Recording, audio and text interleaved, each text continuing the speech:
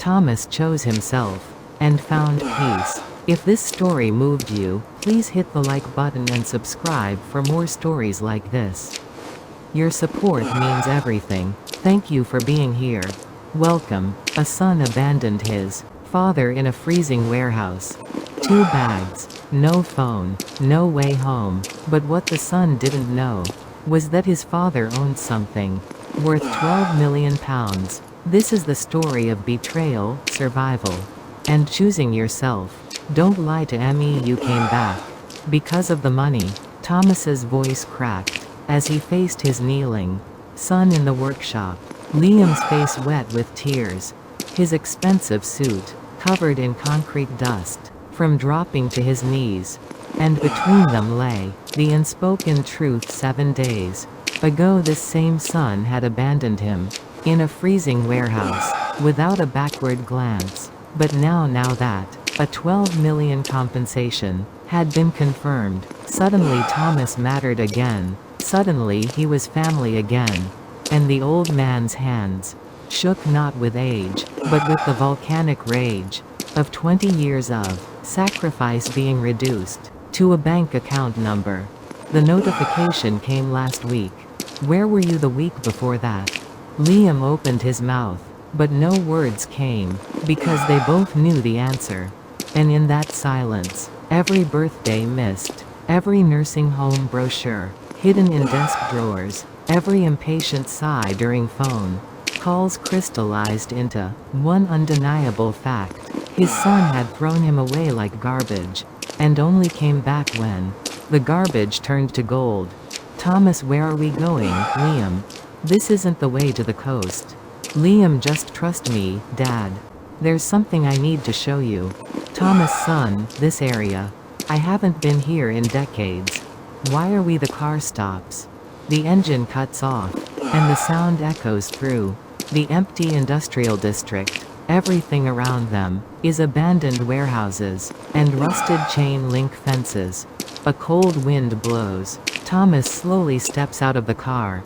The landscape before him is painfully familiar. 40 years ago, this was where he ran his metal workshop. Now only paint peeled, broken windowed warehouses remain. From the back seat, his daughter-in-law Claire emerges. She cannot look Thomas in the eye. His son Liam pulls 2 large, black duffel bags from the trunk. Thomas feels his heart sink. This is not a trip. Liam sets the bags down at Thomas's feet. Inside are Thomas's clothes, toiletries, and pill bottles. Everything has been prepared in advance. Claire speaks first. Her voice is mechanical, rehearsed. The daughter-in-law pours out prepared words. The house is too small. She says, the children are stressed. She says, Thomas's frequent nighttime bathroom trips keep the whole family awake. She says, Thomas says nothing. He simply stares at his son. Liam still will not meet his eyes. Liam finally opens his mouth. His voice trembles, whether from guilt or cold. It is impossible to tell. The son repeats the word, temporary, as if that word might make this situation less cruel. He hands Thomas a slip of paper with the phone number of a nearby shelter. Thomas does not take the paper. His hands remain at his sides. Claire opens the car door. She is already ready to leave. Liam turns back one last time. Something flickers across his face, as if he wants to say something. But he says nothing. He gets in the car. The door closes. The engine starts again. The car moves slowly. The sound of tires on gravel grows fainter and fainter. Thomas stands still. He does not move until the car turns the corner and disappears completely from view. Silence arrives. Complete and absolute silence. Only the wind moans lowly as it passes through the rusted metal structures. Thomas slowly looks around. This is where he poured everything in his youth, where he woke at 5 in the morning and worked until 10 at night, where young Liam used to come on weekends to play with the welding equipment. Back then, he thought, he would pass this place on to his son. He hoped it would become a family business. But after Liam graduated from university, he changed his career path to finance.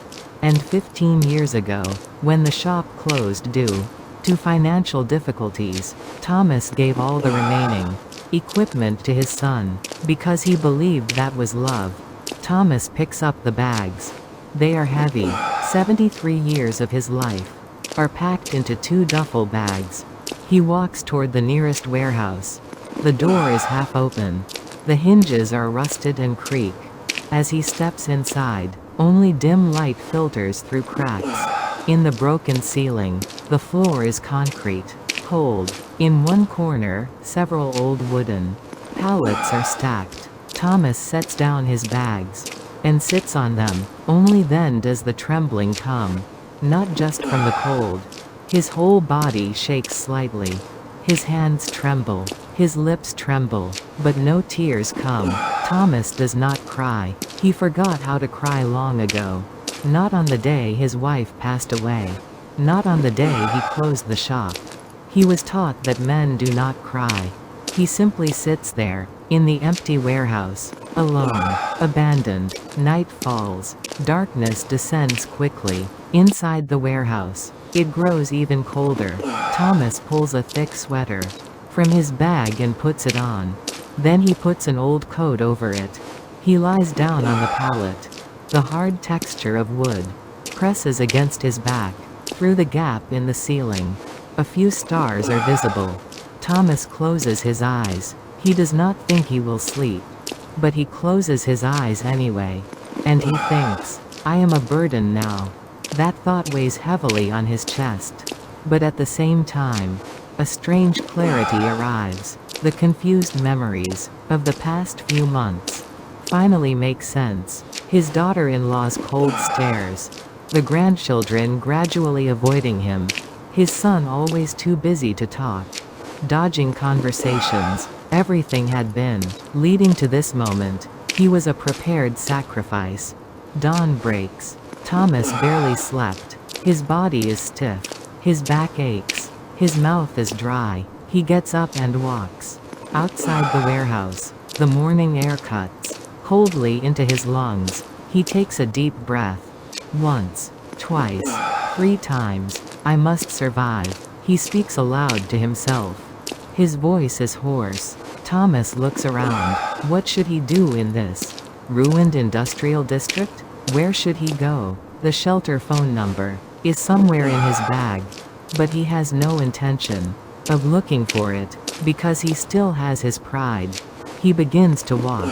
There is no destination. It simply feels better to move than to stay still. Around 10 in the morning, Thomas reaches the opposite end of the warehouse district. Most buildings are empty, but light leaks from one place. A small sign hangs there. E. Wright Custom Fabrication and Repair. Thomas stops in front of it. Through the window, he sees a young man, perhaps 26 years old, wearing a welding mask, working on something. Sparks fly upward. Thomas watches the scene for a long time. It is familiar. He sees himself from 40 years ago in that young man. The door opens. The young man comes outside. He removes his mask. Sweat beads on his forehead. He discovers Thomas and looks surprised. A brief moment of wariness flickers in his eyes. This area sometimes has homeless people wandering through, but he changes his mind when he sees Thomas's clothing. Old but clean, well maintained. This person seems simply lost. The young man approaches. The wariness remains but is not hostile. The 2 men look at each other. Silence flows. Thomas speaks first. His voice is still hoarse. Thomas says this is where his shop used to be. 40 years ago. Edward makes an interested expression. Edward introduces himself. He opened this small workshop 3 years ago, he says. Because the rent is cheap. He mainly does custom fabrication and repair work, he says. Thomas nods. He looks at the young man's hands. Oil stains them. The undersides of his nails are black. The hands of a working person. Edward asks how Thomas came to be here. Being alone in a place like this, at this hour, is not normal. Thomas hesitates briefly. Then he tells part of the truth. He is separated from his family. He says he wants to be alone for a while. He says Edward does not ask more. He knows people have things they do not want to talk about. Instead, he makes an offer. Would Thomas like a cup of hot tea? There is an electric kettle inside the workshop. Thomas nods. Thank you, he says. Emotion enters his voice. The two men enter the workshop. The interior is small but organized. Tools hang neatly on one wall. On the workbench sits a half-finished metal sculpture. Edward boils water in the kettle. He takes out 2 mugs, puts in tea bags, asks about sugar. Thomas asks for 1 spoonful of sugar. Edward puts in 2 spoonfuls. You need more on a cold day, he says. Thomas wraps both hands around the hot mug. Warmth transfers to his palms. He drinks the tea slowly. They talk. Edward asks Thomas what kind of work he used to do. Thomas says metalwork and industrial parts fabrication. Edward's eyes light up. He shows Thomas his work. A custom bicycle frame, made to order. Thomas examines it carefully. He runs his finger over the welded joints. He nods. Good workmanship, he says. But this seam here could be cleaner if you work it once more. Edward looks surprised. Then he laughs. You're right. I thought so too, but didn't have time. The two continue talking about techniques, about materials, about work. Thomas has a real conversation with someone for the first time in ages. In recent years, his conversations with his son were mostly, "How are you?" "Fine. Did you eat?" "Yes." But with this young man it is different. They speak the same language. The language of metal and fire and sweat. When afternoon comes, Edward makes sandwiches. Thomas tries to refuse at first.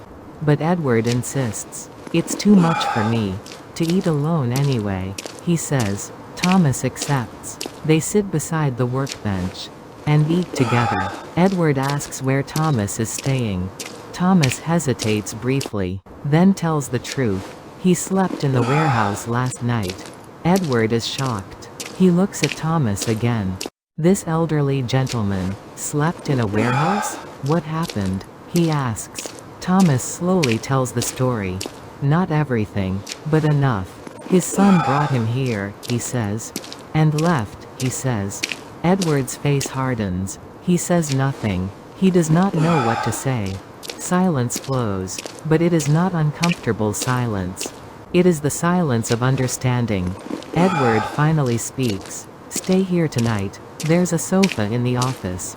It's not perfect, but it's better than the warehouse floor. Thomas tries to shake his head. But Edward is firm.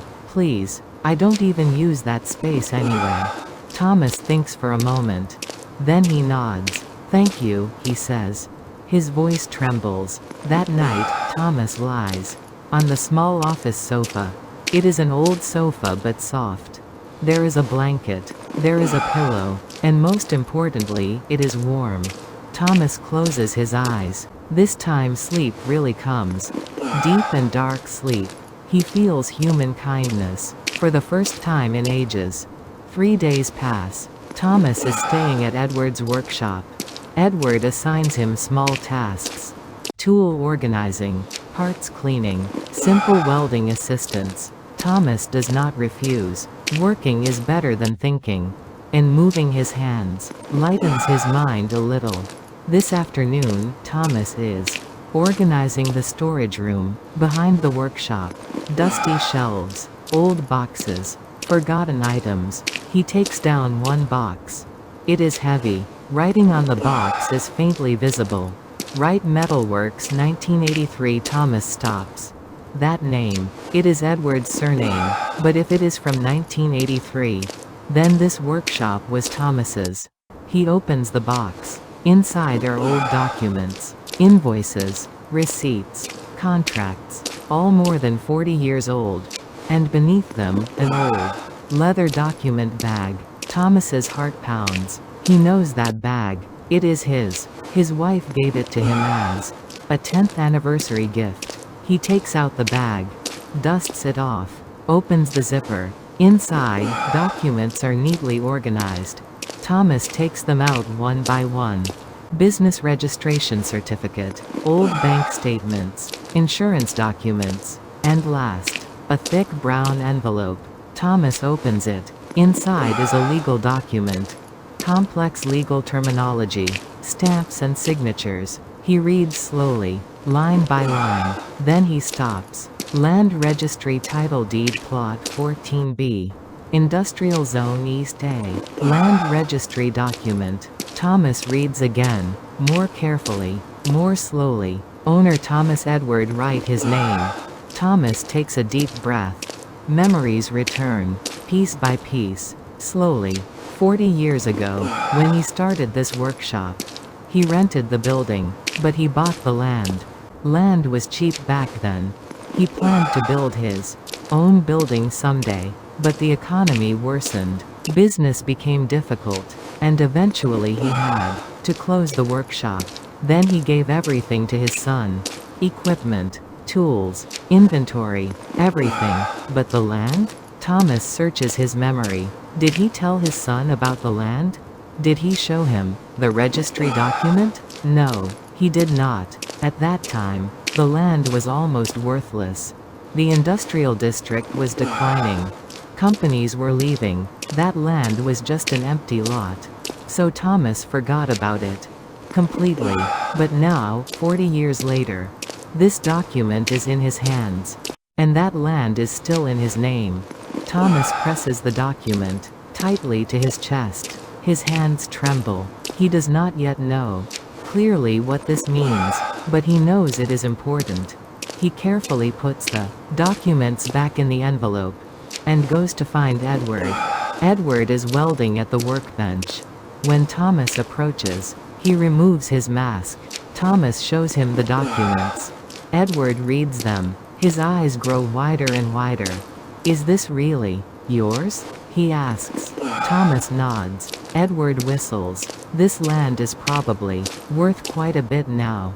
There are rumors that this whole area is targeted for redevelopment. Thomas's heart pounds. Again, redevelopment. That word echoes in his head. Edward continues. My friend works at the city council. And a few months ago he said, this area was included in a major urban regeneration project. The compensation would be enormous. Thomas is speechless. He simply stares at the documents. Edward says, you need to go to the land registry office tomorrow. Confirm this is still valid.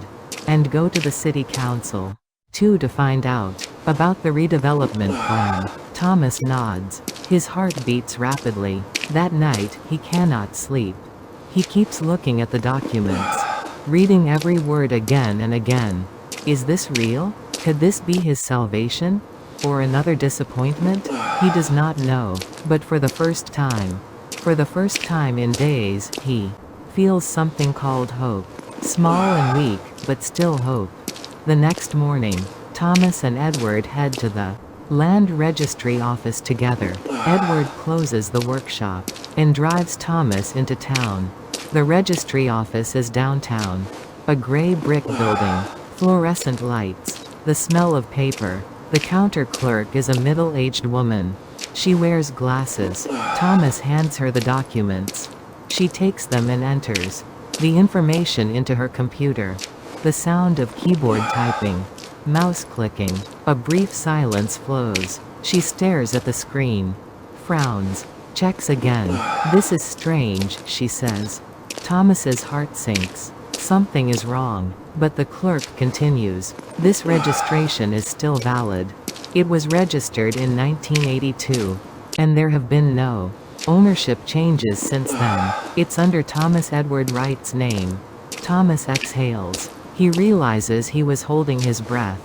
The clerk continues. But what's strange is that this land was recently designated as an urban regeneration zone. Normally in such cases, the owner receives notification. Thomas asks, "What notification?" The clerk explains, "Redevelopment plan notification. Compensation negotiation guidance. These things are sent to the registered address." She looks at the screen again. The registered address here is, well, quite an old address. Is this correct? Flat 3, 42 Riverside Court? Thomas remembers. That is where he lived 40 years ago. He has moved 3 times since then. "No," he says, "I do not live there." The clerk nods. Then the notifications went to that address. They were probably returned. She checks a few more things. Then presses the print button. "I'll give you the current registration certificate, and go to the city council's urban planning department. That's the redevelopment department. They'll guide you through the compensation process." Thomas receives the documents. His hands tremble. "Thank you," he says. They leave the registry office and head to the city council. The council building is large. Marble stairs, revolving doors. The urban planning department is on the 3rd floor. They take the elevator up. At the reception desk, Thomas explains his situation. The staff member guides him to the redevelopment officer. The officer is a young man, early 30s, wearing a suit. He leads Thomas to a small meeting room. Thomas shows him the registration certificate. The officer takes it and checks it. His expression changes, surprise, and slight embarrassment. "Mr. Wright," he says, "we've been looking for you." Thomas asks, "What do you mean?" The officer explains, "This entire area was designated a major redevelopment zone 6 months ago," he says. "A residential and commercial complex will be built here," he says. "They attempted to contact all landowners." He says, "Most contacts were successful," he says, "but they could not find the owner of one plot." He says, "Plot 14B, Thomas's land." The officer pulls out a file. A thick file. He opens it. "Your land is in a key location for this redevelopment," he says. "The area is approximately 2,400 square meters. The current appraisal value is." He looks at the number, then looks at Thomas. "About 5,000 per square meter. The total amount is." He taps on a calculator. "Approximately 12 million. The room becomes quiet. Completely quiet. Thomas tries to understand the number. 12 million pounds. 12 million. All his lifetime earnings combined would not be a tenth of that amount. Edward whistles lowly. The officer continues. "Of course, the final negotiated amount may differ. Usually it goes higher. But this is the base compensation value." Thomas still cannot speak. The officer pulls out documents. "First you need to change your address. And we need to start the compensation negotiation process. You'll need a lawyer." And he continues explaining. But Thomas does not really hear. The number keeps ringing in his head. 12 million pounds. An hour later, they leave the city council. Thomas holds an envelope of documents in his hand. Guidelines, forms, contact information. They get in the car. Edward starts the engine, but does not drive. He simply stares ahead. "I can't believe it," he says. Thomas cannot believe it either. 3 days ago, he slept on a warehouse floor, abandoned, with nothing. And now, he is a millionaire. At least he soon will be. But instead of joy, he feels a strange emptiness.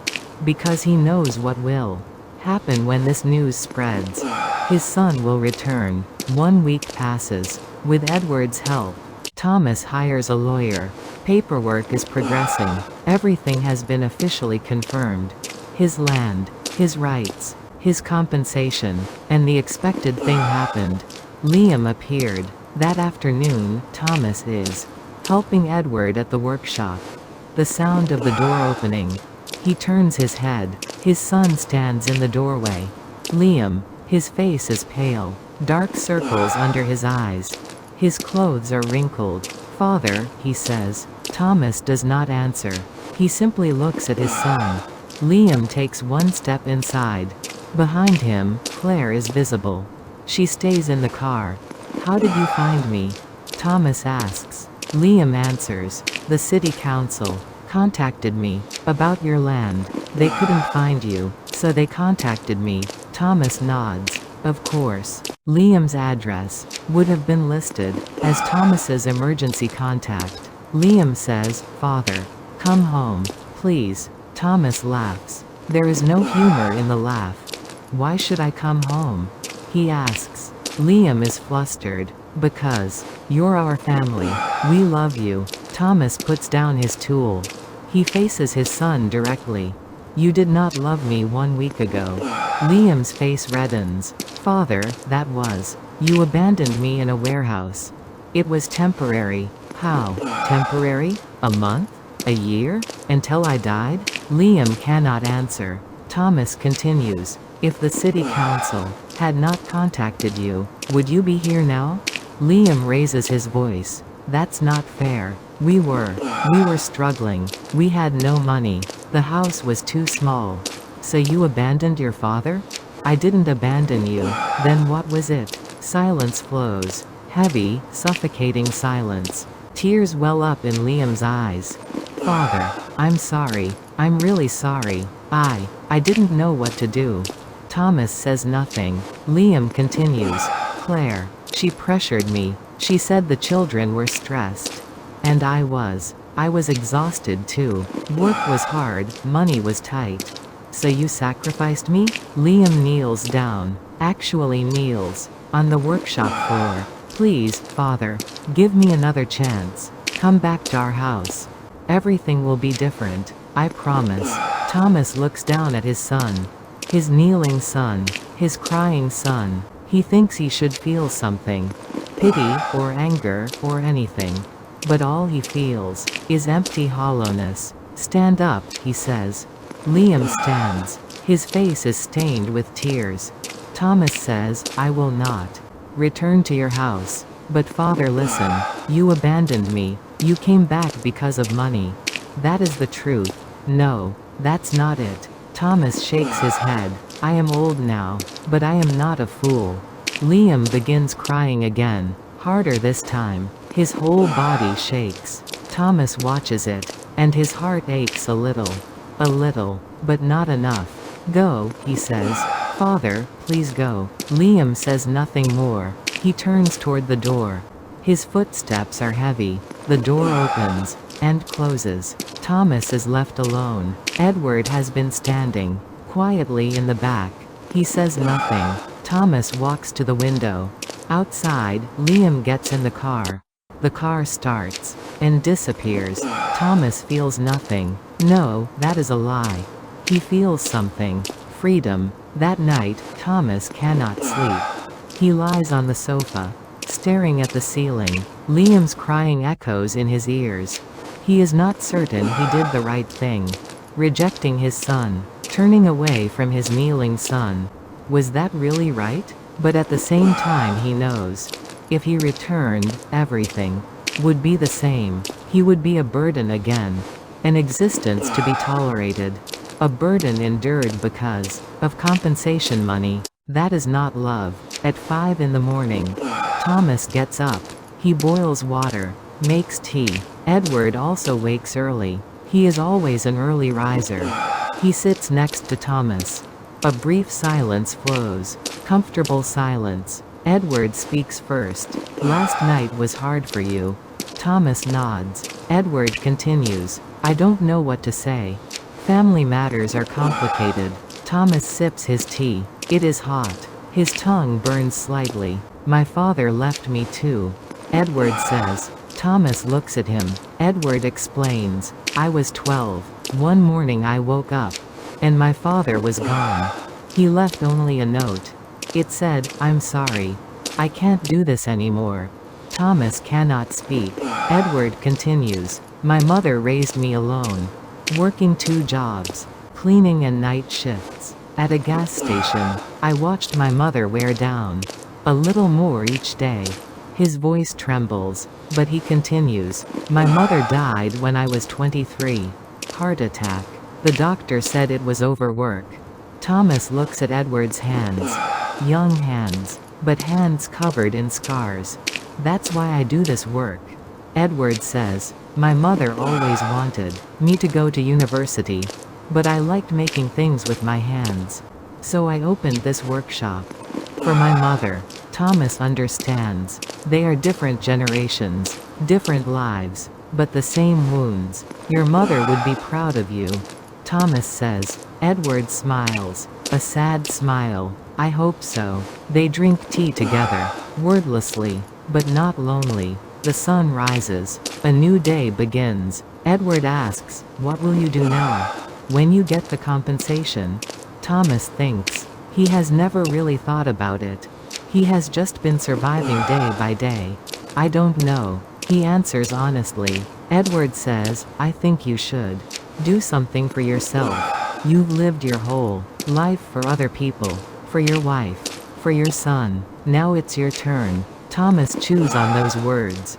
For himself. He is not even sure what that means. If there's anything I can do to help. Tell me, Edward adds. Thomas nods. You've already helped enough. No, you've helped me too. The workshop is much more organized. The work is faster. Edward stops. And says something more important. And I haven't been lonely. Thomas feels the weight of those words. Loneliness. An emotion they both know. Me neither. Thomas says quietly. That afternoon, Thomas makes a decision. He calls his lawyer and instructs him to actively pursue compensation negotiation. And he makes one more request. Arrange legal measures so his son cannot access this money in any way. The lawyer says he understands. And promises to prepare the necessary documents. Thomas hangs up. His hands no longer tremble. A few days later, an unexpected visitor appears again. Claire. Alone. She knocks on the workshop door. When Thomas opens it, she looks nervous. May I come in? She asks. Thomas hesitates briefly, then nods. They enter the small office. Edward is out for the day. Claire speaks first. I'm sorry. Thomas does not answer. He simply waits. Claire continues. I pushed Liam to do that to you. I thought you were a burden to us. Her voice trembles, but she does not avoid Thomas's eyes. But what I see now is Liam falling apart. He cries every night, blames himself, says you'll never forgive him, says you'll hate him forever. Thomas remains silent. Claire says, I didn't come because of money. Really, I just want my husband to be himself again. I want to see him smile. Thomas finally opens his mouth. Your husband abandoned me in a warehouse. Claire lowers her head. Yes, he did. And that's unforgivable. Then why are you here? Claire raises her head. Tears cool in her eyes. I'm not asking for forgiveness. I know we don't deserve it. I just wanted you to know that Liam truly regrets it. Not because of money but genuinely. Thomas looks at her for a long time. She is not lying. At least she is saying what she believes. I am not ready to forgive yet. Thomas says. Claire nods. I understand. Perhaps I never will be. I understand that too. Silence flows. Thomas says, but I will say one thing. The children, Oliver and Ella, they are innocent. Claire's face brightens. Hope flickers. Thomas continues. I have made a decision. I will create trust. Accounts for each child. For university or business funds. But no one can touch them. Until they are adults. Claire is speechless. That is all I can do, Thomas says. Claire begins to cry. Quietly this time. She whispers, thank you. Over and over. Thank you. Thank you. She stands and walks to the door. She stops at the doorway. You're a good person, she says. Liam knows that. That's why it hurts him more. She leaves. Thomas is left alone. He looks out the window. Did he do the right thing? He is not certain. But at least he did what he could. For his grandchildren. Because Claire was right. The children are innocent. 2 more weeks pass. Land compensation. Negotiation is progressing. The lawyer brings Thomas good news. The final amount has been confirmed at 12.6 million. After taxes, about 9 million will come into his hands. Thomas tries to understand that number. More money than he has ever earned. In his lifetime, an amount he never imagined. The lawyer says, "Congratulations, Mr. Right. Now you can start a new life." Thomas nods. A new life. Those words feel strange. That evening, Thomas goes with Edward to a small pub near the workshop. They sit in a corner. Order beer. Edward raises his glass to Thomas's new beginning. Thomas also raises his glass. They toast. The sound of glasses clinking rings softly. It's strange. Thomas says, "I lived poor my whole life. And now suddenly I'm rich. I don't know how to feel." Edward says, "Are you happy?" Thomas thinks. Happy? He is not certain. "I feel relieved," he answers. "Because I don't have to depend on anyone anymore." Edward nods. He understands. They drink beer and talk about the future, about possibilities. Thomas says he has not yet decided where to go. "Take your time," Edward advises. "There's no rush." Thomas agrees. When they leave the pub and return to the workshop, a car is parked outside. Liam's car. Thomas's steps slow. Edward looks at him. "Will you be okay?" he asks. Thomas nods. "I'll be fine." The car door opens. Liam gets out. But this time is different. He holds a document envelope. He approaches Thomas. His face is haggard. He has not shaved. His clothes are wrinkled. "Father," he says. His voice is hoarse. Thomas waits. Liam takes out the envelope. "I came to give you this." Thomas does not take the envelope. "What is it?" Liam answers. "A waiver document. A legal document completely renouncing my rights to the compensation. A lawyer drafted it. It's notarized too." Thomas still does not take the envelope. Liam continues. "I don't want the money. Not a penny. I just hope you'll believe me, that I'm sincere." He forces the envelope into Thomas's hand, then steps back. "I was a terrible son," he says. "I abandoned you, did something unforgivable." His voice trembles. "But father, I regret it every day. Every moment. What I did. How I treated you." He cannot continue. Emotion overwhelms him. Thomas looks down at the envelope, then looks at his son. He asks a question. The most important question. "Before the notification came, did you look for me even once? Even for a single day?" Silence flows.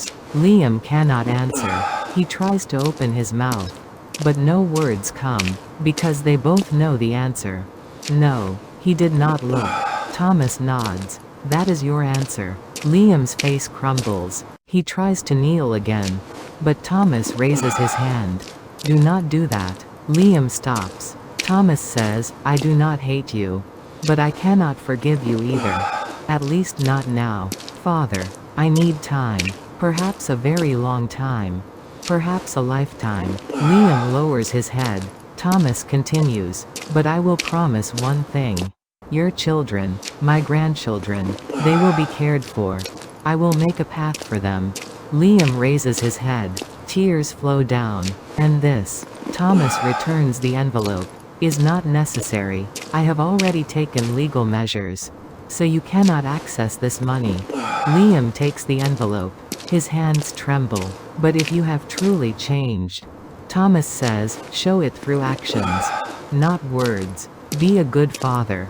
Be a good husband. That is the best you can do." Liam nods. He cannot speak. Thomas says one last time, "Now go." Liam turns around, walks slowly to the car, opens the door and gets in. The car starts, slowly, as if it does not want to leave. But eventually it disappears. Thomas stands for a long time, looking at the empty street. Edward stands beside him. "Are you okay?" Thomas slowly nods. Yes, I'm okay. And surprisingly, it is true. He really is okay. Because for the first time, he chose for himself. Not because of others' expectations. Not because of guilt. Not because of obligation. For himself. And that gives liberation. A month. All paperwork is completed. Contracts are signed. Money enters the bank account. Thomas looks at the bank statement. The numbers do not feel real. 9,127,9,127,000 pounds. The lawyer confirms all taxes have been processed. Trust accounts for the grandchildren have also been set up. He says, 500,000 pounds each. They can access it when they turn 25. Thomas nods. Good. He wants to do something for Edward too. That young man gave him a roof. Showed him kindness. Did what family did not do for him. Thomas calls Edward to the workshop office and hands him a check. Edward looks at it and his eyes widen. What is this? 50,000 pounds. Thomas says, I know, but why? For your workshop. Buy new equipment, better tools, or expand the business. Whatever you need. Edward shakes his head. I can't accept this. This is too. Accept it. But I didn't do anything. You gave me back my humanity. Thomas says, that cannot be measured by money. But this is how I can repay you. Tears well up in Edward's eyes. He takes the check and hugs Thomas. At first it is awkward. Thomas is not used to hugs. But he does not push Edward away. They stand like that for a moment. An old man and a young man. Not related by blood but connected by something. Edward steps back, wipes his eyes. Thank you, he says. Thomas nods. That night, Thomas makes a decision. He cannot stay here. This city has too many memories. Too much pain. He needs a new place. A new beginning. He unfolds a map of Britain. His finger moves along the coastline. The southwest. Cornwall. He has always heard. It is beautiful there. The sea. The cliffs. Small villages. He searches real estate online. Small houses. Houses with sea views. One house catches his eye. A small cottage. 2 bedrooms. Large windows. A garden. And most importantly, a sea view. The price is 400,000. Thomas calls the estate agent. Says he will come see it next week. The agent is delighted. Excellent choice, Mr. Right. It's truly a peaceful place. Peace. That word sounds good. A week later, Thomas takes a train heading to Cornwall. Edward drives him to the station. On the platform they shake hands. Keep in touch. Edward says, I will, Thomas promises. Really? Not just saying it? Thomas smiles. I mean it. Edward nods. He wants to say something more. But words do not come. Instead he hugs Thomas again. This time Thomas reaches out first. The train departs. Thomas sits by the window. Edward waves. Gets smaller and smaller. And disappears. Thomas looks ahead. Westward. Toward the sea. Toward a new life. The cottage is perfect. Thomas knows it the moment he sees it. This will be his home. A small stone house. Painted white. Blue door. Blue window frames. In front is a small garden. Still barren, but he sees potential. And behind it, the sea stretches out. Thomas stands in the garden listening to the sound of waves. Endless sound. Rhythmic sound. Calming sound. Do you like it? The agent asks. Yes, Thomas says. I'll buy it. The agent is surprised. Without seeing the inside? No need. A month later, all paperwork is completed. The house is his. Thomas moves in. He does not have much. 2 suitcases of clothes. And the old document bag. Inside it still holds the land registry document. Like a keepsake. He furnishes the house slowly. Does not rush. A little each week.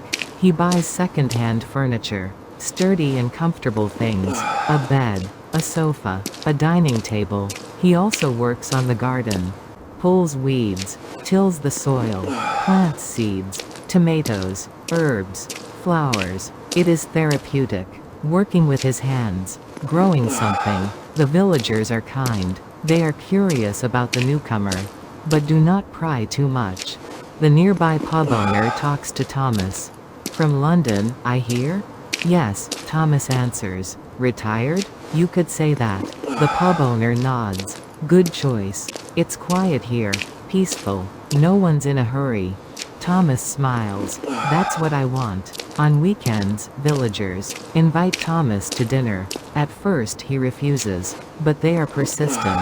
Eventually he accepts. He meets new people, a retired teacher, a fisherman, a woman who runs a small bookshop.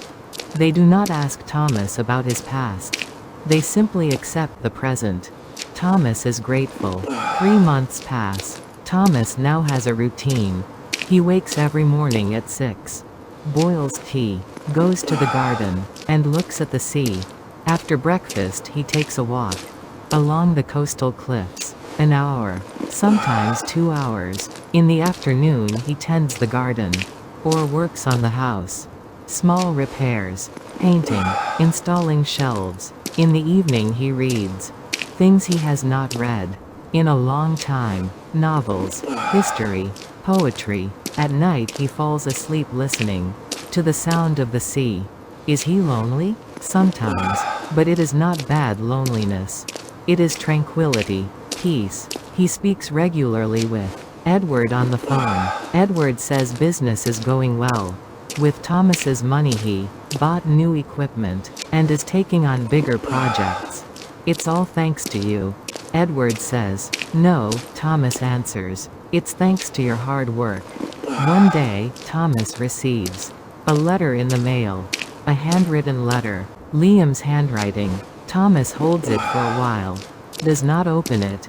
Just looks at it. Finally he opens the envelope. Inside is a short letter and 2 photos. He reads the letter. To Father. I am not asking for your forgiveness.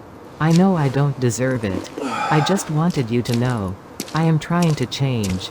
Every day. Trying to be a better father. A better husband. The children are doing well. I'm sending photos. I thought you might want to see them. Someday, perhaps in the distant future. I hope we can talk again. But I will wait. Until you are ready. I love you. Liam. Thomas looks at the photos. Oliver. Now 8 years old. Smiling, holding a soccer ball. Ella. 6 years old. Riding a bicycle. Thomas looks at the photos for a long time. His grandchildren. Children he barely knows. He folds the letter. Puts it in a drawer. He will not reply yet. But someday. Perhaps. Time is needed. But at least the door is not completely closed. 1 year has passed. Thomas is now 74. But he is stronger than ever. He walks every day. Tends the garden. Socializes with villagers. He also started volunteering at the local community center. Teaching woodwork to seniors. Showing metalwork to children. They like him. He is patient, kind, and most importantly, he listens. A young boy asks him, Grandpa, when did you start doing this work? Thomas thinks. A very long time ago. Even before your grandfather was young. The boy's eyes widen. Wow, then you must be really good at it. Thomas laughs. I practiced a lot. The boy says, I want to be like you, Grandpa. Thomas's chest warms. Then you must work hard. He says, and never give up. Today is a special day.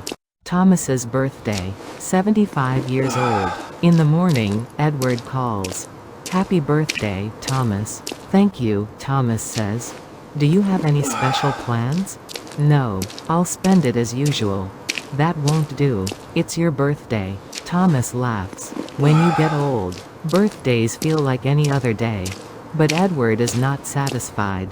I'll come this weekend to celebrate your birthday. Thomas is surprised, but pleased. Is that okay? Of course. I've been wanting to visit anyway. On the weekend, Edward arrives. He is not alone. He brought his girlfriend. Her name is Sarah. She is a nurse. Thomas welcomes them, prepares dinner. Simple but thoughtful. They eat in the garden. The sun is setting. The sky colors orange and pink. Sarah says, "It's really beautiful here." "Thank you," Thomas says. Edward says, "Thomas did all the gardening himself." Sarah is impressed. "That's amazing." Thomas smiles humbly. After dinner, Edward brings out a cake. A small cake. Not 75 candles, just 5. It's symbolic. Edward explains. They sing, "Happy Birthday." Thomas blows out the candles. "Did you make a wish?" Sarah asks. Thomas nods. "Tell us what it was." Edward asks playfully. Thomas smiles. "If I tell, it won't come true. But the truth is, he did not wish for anything. Because he already has everything he needs." Night deepens. Edward and Sarah will stay at the village inn. They say goodbye and leave. Thomas is left alone. He goes out to the garden. Sits in a chair. Looks at the sea. Moonlight sparkles on the waves. Stars float in the sky. Thomas takes a deep breath. He thinks about the past 2 years. From the moment he was abandoned in the warehouse, meeting Edward, finding the documents, the compensation, confronting his son, and coming here. It was a journey. Not an easy journey, but a necessary one. He is no longer a burden. He is no longer an abandoned person. He is free, and for the first time in a very long time, he is happy. Not perfect happiness. There are still painful parts. The relationship with Liam, the lost years. But that is okay too. Because life is not perfect. And he no longer seeks perfection. He simply wants peace. And here, in this small cottage, looking at the sea, he has found it. Thomas stands, goes inside the house, lies in bed. The window is open. The sound of waves comes in. He closes his eyes, and whispers, though no one can hear, "I am no longer a burden. My life is completed by my own choices. And today, I am born again." The waves continue to break endlessly, forever, and Thomas falls asleep. Deep and peaceful sleep. 6 months later, Thomas receives another letter in the mailbox. This time it is not from Liam. It is from Oliver, his grandson, written in a child's clumsy handwriting. "Dear Grandpa, I'm Oliver. I've never met you, but Dad tells me a lot about you. He says you're a good person, and that you did something for me. Thank you. I hope I can meet you someday. I love you, Oliver." Thomas reads the letter again and again. And for the first time, he writes a reply to Oliver. "Grandpa loves you too. And someday, when we're ready, we can meet. The sea here is really beautiful. You would like it. Love, Grandpa." He puts the letter in an envelope, puts on a stamp, walks to the post box to mail it, reaches out his hand, and pauses briefly. This is a beginning of something new. He is not certain, but he is not afraid. He drops the letter in, and turns around, toward the sea, toward home, toward his life. Free, whole, complete. Thank you for listening. If this story moved you, please leave a like, and subscribe for more. Your support helps me continue sharing these voices. Until next time, take care of yourselves and each other.